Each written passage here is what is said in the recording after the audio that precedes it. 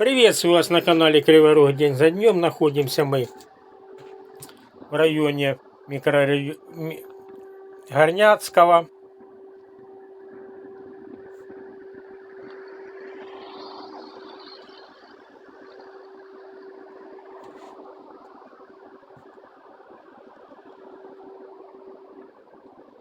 Вот такие пейзажи.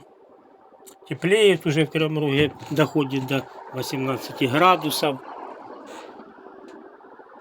Это стык микрорайонов, церковь находится.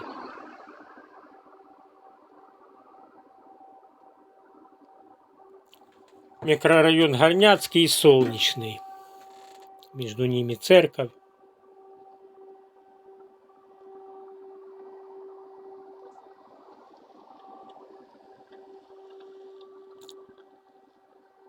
Ну и на этом пока все. До новых выпусков. Следующие выпуски будут уже более длительные.